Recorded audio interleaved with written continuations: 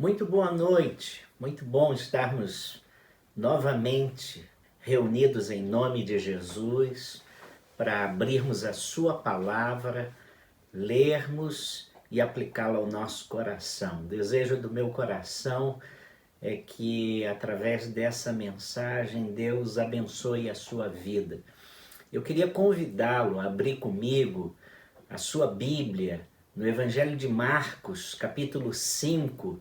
Nós vamos fazer a leitura a partir do versículo 24. Enquanto eu deixo você procurando Marcos 5, 24, e vou ler até o versículo 34, eu quero falar um pouco sobre essa mulher. É o relato de uma mulher enfrentando um sofrimento profundo. É o relato de uma mulher batendo as portas em vários lugares e as portas se fechando. Eu não sei se você já passou por uma experiência dessa, mas essa experiência eu creio que foi narrada na Bíblia para nos dar muita esperança. Achou o Evangelho de Marcos? Mateus, Marcos. E é o segundo evangelho no Novo Testamento. E eu leio capítulo 5, versículos 24 até o 34, e eles dizem assim, leio na versão transformadora, nova versão transformadora da editora Mundo Cristão. Diz assim: Jesus foi com ele, e todo o povo o seguiu, apertando-se ao seu redor. No meio da multidão estava uma mulher que havia 12 anos sofria de hemorragia. Tinha passado por muitas dificuldades nas mãos de vários médicos e ao longo dos anos gastou tudo que possuía sem melhorar. Na verdade, havia piorado. Tendo ouvido falar de Jesus, aproximou-se por trás dele no meio da multidão e tocou em seu manto, pois pensava: se eu apenas tocar em seu manto, serei curada. No mesmo instante, a hemorragia parou e ela sentiu em seu corpo que tinha sido curada da enfermidade. Jesus imediatamente percebeu que dele havia saído o poder. Por isso virou-se para a multidão e perguntou: quem tocou em meu manto? Seus discípulos disseram: veja a multidão que o aperta de todos os lados. Como o Senhor ainda pergunta: quem tocou em mim? Jesus, porém, continuou a olhar ao redor para ver quem havia feito aquilo. Então a mulher, assustada e tremendo pelo que lhe tinha acontecido, veio e, ajoelhando-se diante dele, contou o que havia feito. Jesus lhe disse: filha, sua fé a curou, vá em paz, seu sofrimento acabou. Deixa a sua Bíblia aberta aí. Essa mulher é um exemplo extraordinário para nós. Algumas coisas sobre ela: nós não sabemos o seu nome, nós não sabemos a sua profissão, nós não sabíamos onde vivia, nós não sabemos absolutamente nada. A única coisa que nós sabemos é o seu problema: uma hemorragia uterina crônica, uma hemorragia contínua. E além do problema físico em si, que já era grave, esse problema físico lhe trazia problemas sociais. Por exemplo, ela era considerada no judaísmo cerimonialmente impura. Então ela não podia adorar no templo, mas ela também não podia se relacionar com outras pessoas, porque essas pessoas ficariam também impuras e não poderiam ir ao templo. Então, esse era um problema social. O segundo problema de frustração dela é que, segundo o versículo 26, olhe para a sua Bíblia, o versículo 26 diz assim: tinha passado por muitas dificuldades nas mãos de vários médicos e ao longo dos anos gastou tudo o que possuía sem melhorar. Na verdade, havia piorado. Ela investiu em médicos, gastou o que tinha e a sua situação estava cada vez pior. Mas essa mulher, ela conheceu 3 estágios da fé, e é sobre isso que eu gostaria de falar, sobre esses 3 estágios da fé. A primeira fé dessa mulher era intuitiva. Olha o versículo 27 na sua Bíblia, diz assim: tendo ouvido falar de Jesus, aproximou-se por trás. A primeira fé dessa mulher era intuitiva, intuição. Ela ouviu falar da fama de Jesus. As pessoas começaram a falar que Jesus estava passando por várias cidades curando pessoas. Ela deve ter ouvido relatos, ouvido testemunhas. Alguém comentou, ouviu falar, essas coisas se espalham rapidamente. E alguém lhe falou de Jesus. E ela começou a pensar: ah, se eu tivesse uma oportunidade. É a fé intuitiva. Se ele fez isso em outros, quem sabe ele faz em mim? E ela passou dessa fé intuitiva para um segundo estágio da fé que é superior à fé intuitiva. Ela resolveu ter uma fé experimental. Ela resolveu experimentar se era realmente verdade que Jesus curava, que Jesus tinha compaixão. Ela, nessa fase, ela começa a entender que Deus não é só aquilo que lhe dizem. Ela não tem apenas uma informação, ela não é apenas uma pessoa curiosa, mas ela procura esse Deus para tocar na sua vida e deixa esse Deus tocar na sua vida. Ela experimenta esse Deus. Eric Clapton, o guitarrista, roqueiro, ele se envolveu com drogas e passou uma época muito grande da sua vida dependente química. E nessa época terrível da sua vida, ele foi internado em várias clínicas de recuperação de drogados e fez vários tratamentos, e ele se tratava, era considerado apto para voltar para a sociedade, voltava para a sociedade, mas a pressão era muito grande e outra vez caía, voltava a se internar, e fez isso 3, 4 vezes. Quando ele estava na terceira ou quarta vez e a clínica já estava dando como recuperado, ele olhou para ele mesmo e falou: caramba, eles vão me soltar, eu vou voltar para a sociedade, mas eu estou olhando para o meu coração, eu estou olhando para a minha vida, eu já sei o que eu já passei, eu não tenho estrutura para voltar ao tipo de vida que eu vivia, eu vou cair de novo. E aí, desesperado, ele fez uma oração.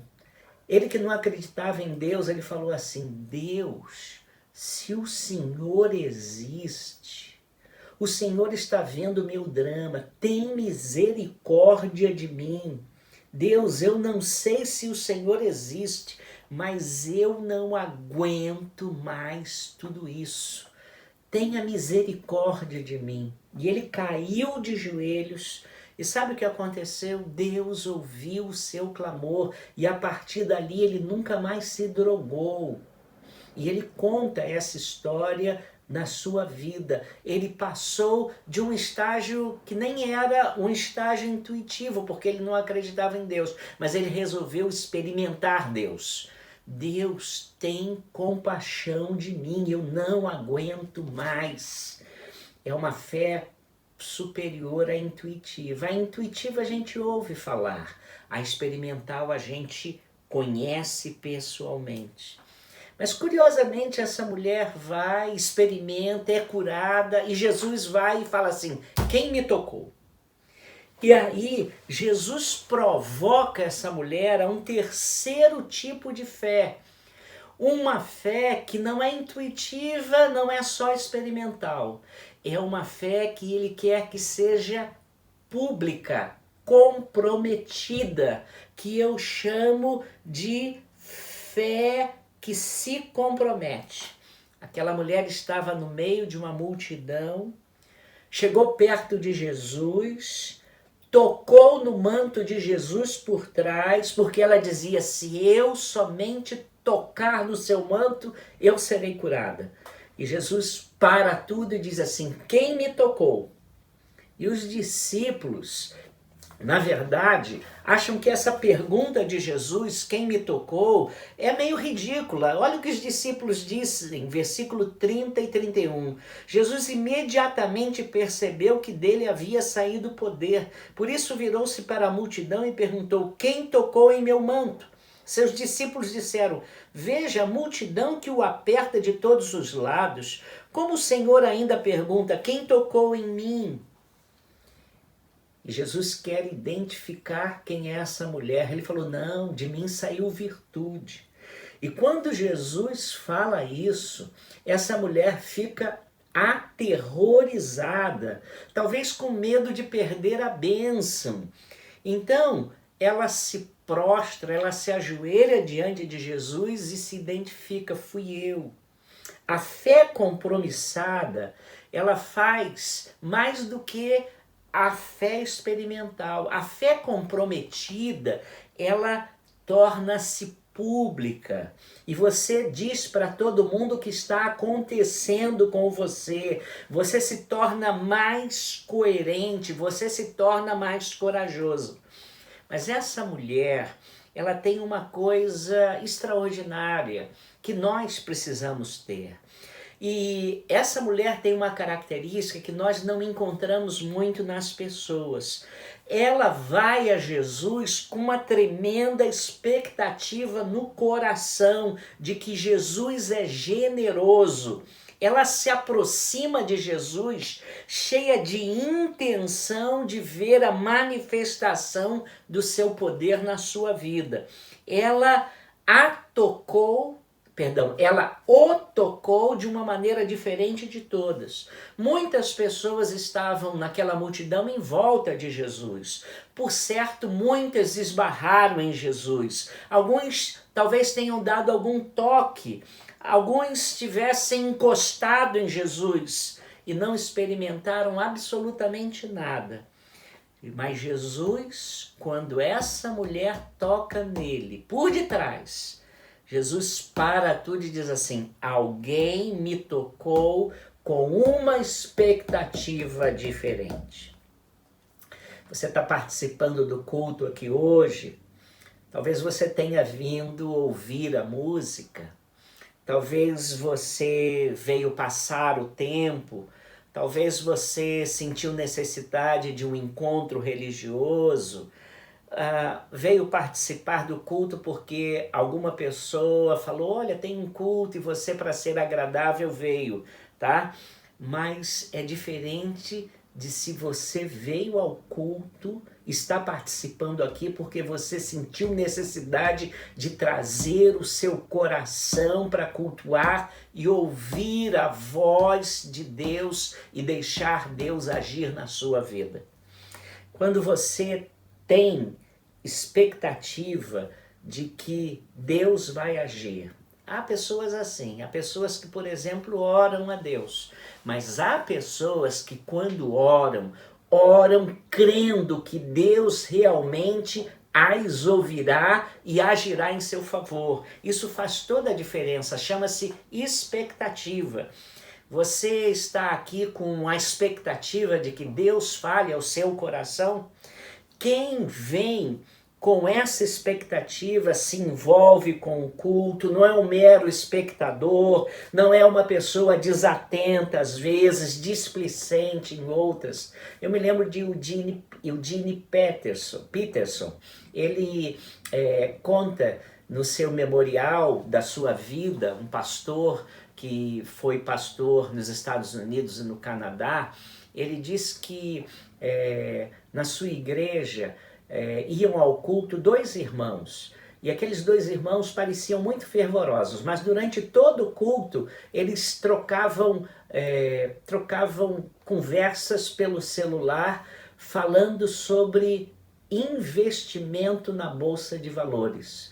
Parecia que eles estavam lá ávidos pelo culto, mas eles estavam conversando sobre investimento na bolsa. Depois falou de um adolescente nessa mesma igreja. O adolescente ia para a igreja com histórias em quadrinhos, gibis, e ele sentava lá atrás e ficava lendo os gibis, porque os gibis eram mais interessantes para ele do que o que estava rolando do culto. Depois ele falou, mas finalmente ele descobriu uma senhora, e aquela senhora, ela estava taquigrafando as suas mensagens. Ele falou, há esperança, essa mulher está ouvindo com avidez a minha mensagem, a mensagem que eu estou trazendo em nome de Deus, e ela está até taquigrafando. E aí ele descobriu depois que ela não estava com tanto interesse assim, ela estava treinando para um concurso. Como é que você chega ao culto? Se você chegou aqui só para olhar como é que é, talvez você goste ou não goste, mas se você chegou aqui com a expectativa de um agir poderoso de Deus na sua vida, há esperança. Sabe, há pessoas que participam de culto com sede de Deus, dizendo, Deus, eu preciso de ti, Deus, eu preciso que o Senhor tenha misericórdia de mim, eu preciso de uma palavra que chegue ao meu coração, o Senhor conhece o meu interior. Outras estão aí, estão aqui, nem com expectativa muito grande. Eu quero lhe dizer uma coisa, quando Pilatos foi chamado para julgar Jesus, ele não achou que havia algum motivo para condenar Jesus à morte. Havia uma pressão muito grande das autoridades religiosas judaicas para que ele condenasse Jesus à morte, porque as próprias autoridades judaicas não podiam fazê-lo. E aí, quando Pilatos conversa com Jesus, faz pergunta para Jesus, ele diz, eu não vejo motivo para condenar esse homem, mas ele soube que Jesus era chamado de Galileu, e que Jesus vivia muito tempo da sua vida na Galileia, e quem comandava a Galileia era Herodes. Então, para ele se desfazer do problema, ele falou assim, vou mandar esse homem para Herodes, e encaminhou Jesus para ser julgado por Herodes. Herodes ficou felicíssimo, sabe por quê? Porque Herodes tinha uma grande curiosidade em conhecer Jesus. Ele ouvia falar dos milagres de Jesus, dos feitos de Jesus pela Galileia, e nunca tinha tido a oportunidade de estar com Jesus. E aí ele vai e conversa com Jesus porque ele queria ver Jesus fazendo um milagre. Ele não tinha um desejo de Deus, ele não queria, na verdade, estar com Jesus, ele simplesmente era um curioso. Você sabe quantos milagres Jesus fez diante de Herodes? Nenhum. Jesus, na verdade, ignorou, não respondeu a uma única pergunta que ele fez, porque Jesus não veio satisfazer curiosos. Mas eu tenho uma boa notícia para você.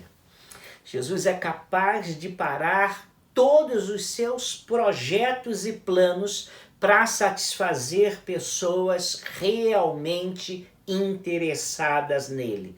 E esse texto, eu comecei a lê-lo no versículo 24 de Marcos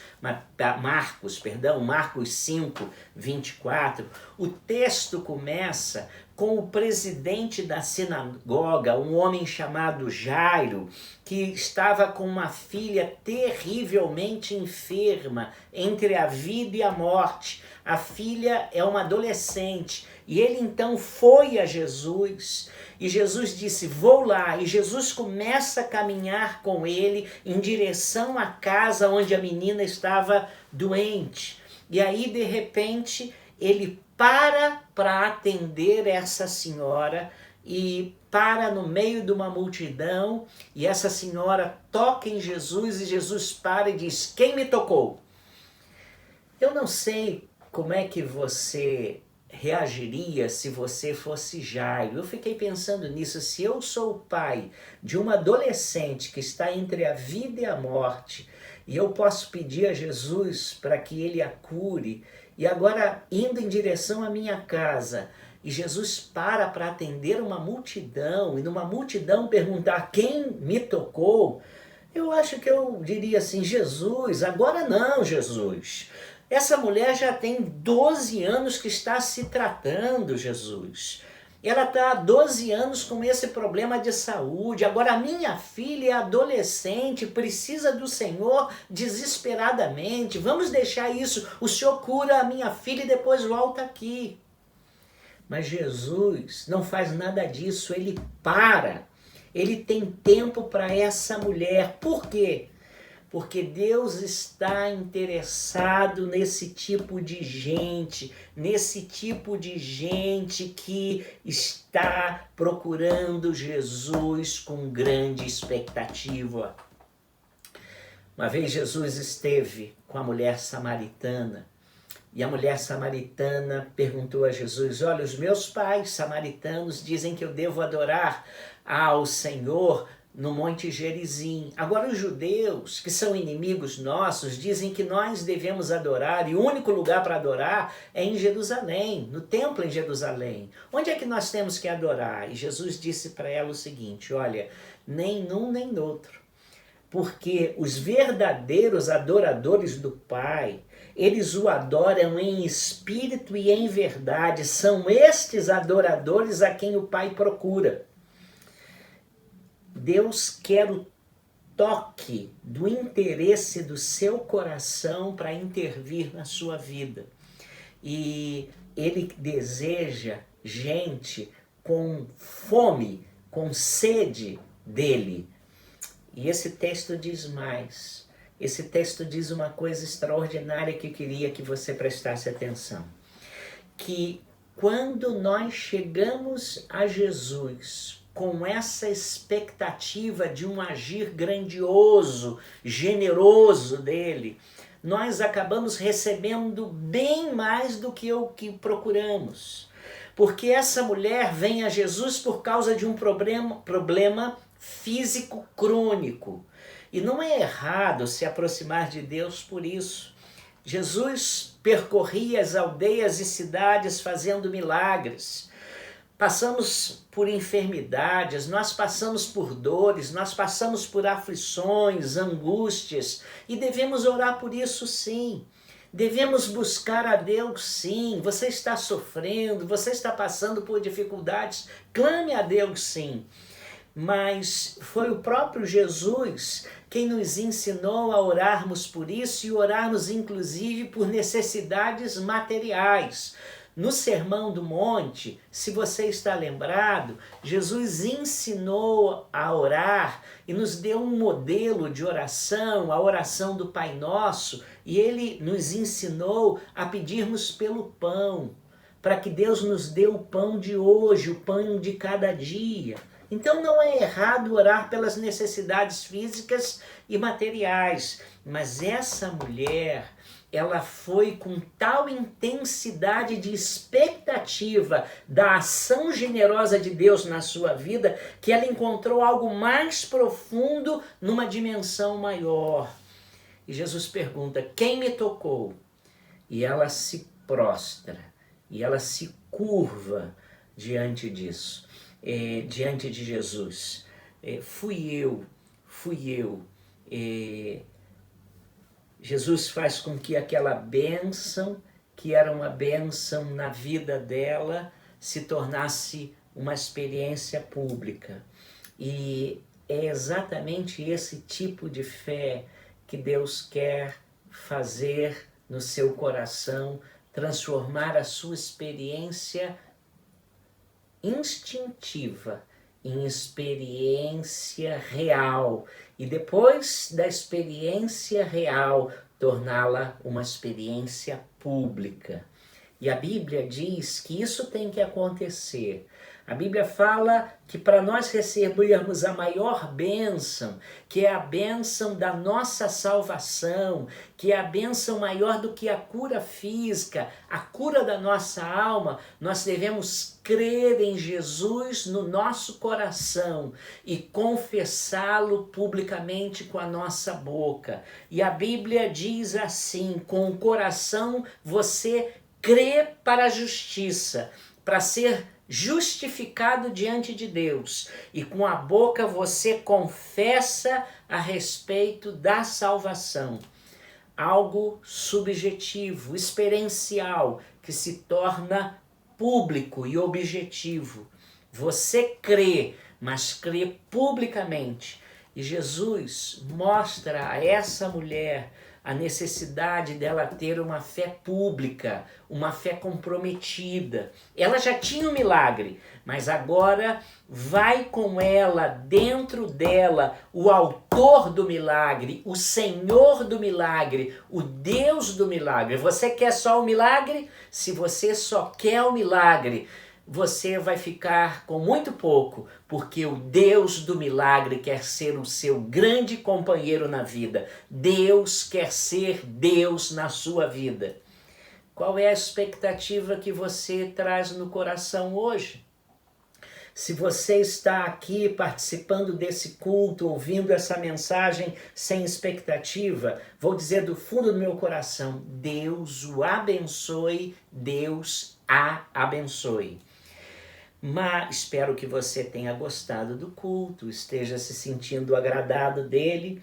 Mas se veio com essa expectativa, é só isso. Mas se você está aqui com a expectativa da generosidade de Deus, da capacidade de Deus se internecer com a sua necessidade, de Deus agir em seu favor, como essa mulher tinha, eu quero dizer que Deus tem todo tempo para você. Jesus tem até muito mais para você do que você quer. Ele está disponível à sua vida. Ele deseja que você saia dessa experiência aqui de culto diferente, transformado, mudado, cheio de fé. Fé que recebe dele muito mais do que cura. Fé que o recebe como seu Deus. E aí, se você vem a Jesus com essa expectativa do agir generoso de Deus, Deus quer fazer mais, quer abençoá-lo mais. Será que você chegou aqui assim?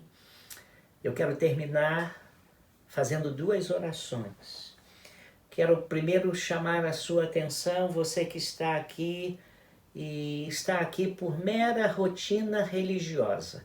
Você soube que havia um culto passando no YouTube, você soube que havia um culto passando na TV e você falou, vou ouvir. Se você está aqui apenas por uma mera rotina religiosa, mero espectador, talvez a melhor oração seja você dizer, Senhor, eu preciso mudar a forma de viver e eu preciso mudar e me aproximar do Senhor com expectativas maiores. Ó Deus, muda o meu coração para que ele tenha expectativas espirituais muito maiores do que eu tenho tido até agora. Dá um toque no meu coração para redirecionar, para que eu possa encontrar um novo significado através de Jesus. Mas se você entrou aqui, em segundo lugar, com a expectativa santa de um agir de Deus, do mover do Senhor na sua vida, ajudando você, socorrendo você, vendo a sua dor, vendo a sua necessidade e agindo graciosamente por você, na sua vida, no seu coração, eu quero dizer para você que Deus sabe da sua dor e Deus conhece a sua expectativa. Sabe por que você tem orado. Talvez como Eric Clapton, dizendo, Senhor, eu não aguento mais. Mas Deus tem um santo desejo de dispensar poder, misericórdia e graça na sua vida e no seu coração. Talvez você possa dizer, Deus, eu quero mais. Deus, eu quero o seu toque. Deus, eu quero o Senhor. Deus, eu quero muito mais do que a tua palavra. Eu quero o Senhor na minha vida. Se tu podes me curar, louvado seja o teu nome. Mas se tu queres me salvar, que tu tenhas plena guarida no meu coração. Ó Deus, entra na minha vida e faça uma obra grande para a glória do teu nome, e eu clamo isso em nome de Jesus. Amém. Se você orou assim, Deus o abençoe, Deus a abençoe. Que essa semana seja uma semana cheia da presença do Senhor no seu coração. E que você transforme essa experiência pessoal, subjetiva, num testemunho público de fé, dizendo aos outros: Deus me tocou em Cristo. Amém.